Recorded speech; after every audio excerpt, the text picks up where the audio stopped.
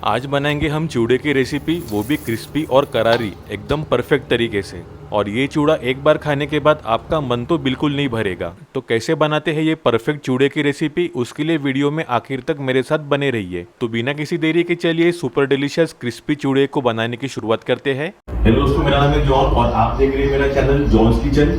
तो चलिए let's go. मज़ेदार क्रिस्पी चूड़ा बनाने के लिए हम यहाँ पे लेने वाले हैं 1 किलो करीब पतला वाला पोहा। इसे नायलॉन पोहा भी कहा जाता है। तो अब ये पोहा थोड़ा सॉफ्ट होगा, इसलिए इसे क्रिस्पी बनाने के लिए तो हम एक इस तरीके वाली कढ़ाई ले लेंगे और कढ़ाई को अच्छी तरीके से गर्म कर लेने के बाद ये जो पोहा है कढ़ाई के अंदर डाल देंगे हम। अब इस पोहे को हम जल्दी से ड्राई रोस्ट कर लेंगे और इसी तरीके से चम्मच से चलाते रहेंगे हम कुछ 2 से 3 मिनट के लिए। आज की फ्लेम हम मीडियम फास्ट में रखेंगे और इसी तरीके से चम्मच से लगातार चलाते रहेंगे हम जब तक कि पोहा अपना अच्छी तरीके से रोस्ट नहीं हो जाता तब तक। तो अब लगातार 3 से 4 मिनट चलाने के बाद पोहा अपना अच्छी तरीके से रोस्ट हो चुका है। तो आवाज़ से आप पता ही लगा सकते हो पोहा अपना अच्छी तरीके से रोस्ट और क्रिस्पी हो चुका है। अब एक बड़े बर्तन में इस रोस्टेड पोहे को हम निकाल लेंगे दोस्तों इस तरीके से, और बढ़ते हैं इसके नेक्स्ट प्रोसेस की ओर। तो यहाँ पे एक कढ़ाई में मैंने पहले से ही तेल को गर्म करने के लिए रख दिया था। तो यहाँ पे मैं डाल रहा हूँ आधा कप के करीब कच्ची मूंगफली। अब गैस की फ्लेम को हम मीडियम हाई में ही रखेंगे दोस्तों। अब इस मूंगफली को हम अच्छी तरीके से डीप फ्राई कर लेंगे दोस्तों, जब तक मूंगफली अच्छी तरीके से क्रिस्पी और क्रंची नहीं हो जाती तब तक। अब कुछ ही समय में मूंगफली अपनी अच्छी तरीके से फ्राई हो चुकी है, तो इसे अब निकाल लेंगे हम। और उसके बाद हम इसमें डालने वाले हैं आधा कप के करीब रोस्टेड चना दाल, और इसे भी हम सेम उसी तरीके से फ्राई कर लेंगे दोस्तों। तो ये चना दाल पहले से ही रोस्ट होता है, तो इसे ज़्यादा फ्राई करने की ज़रूरत नहीं है। अब इसे भी निकाल लेंगे हम। अब इसके बाद मैं डाल रहा हूँ 1/4 कप के करीब नारियल। तो यहाँ पे मैं नारियल के पतले पतले स्लाइस करके डाल रहा हूँ दोस्तों।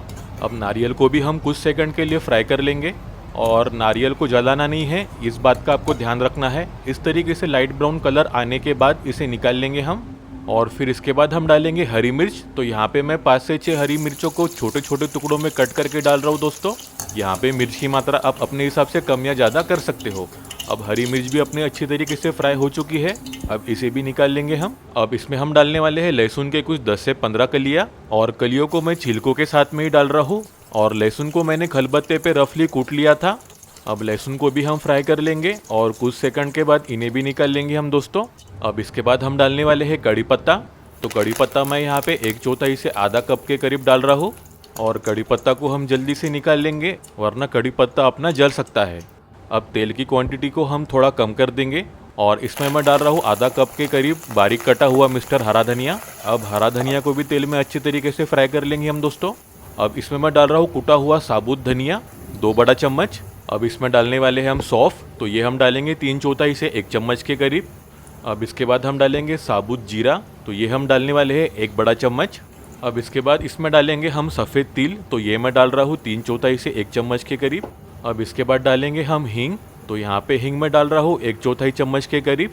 अब डालेंगे हम नमक। तो नमक आप अपने स्वाद के अनुसार डाल सकते हो, कम या ज़्यादा। और आखिरी में इसमें डालेंगे हल्दी पाउडर आधा से 3/4 चम्मच के करीब।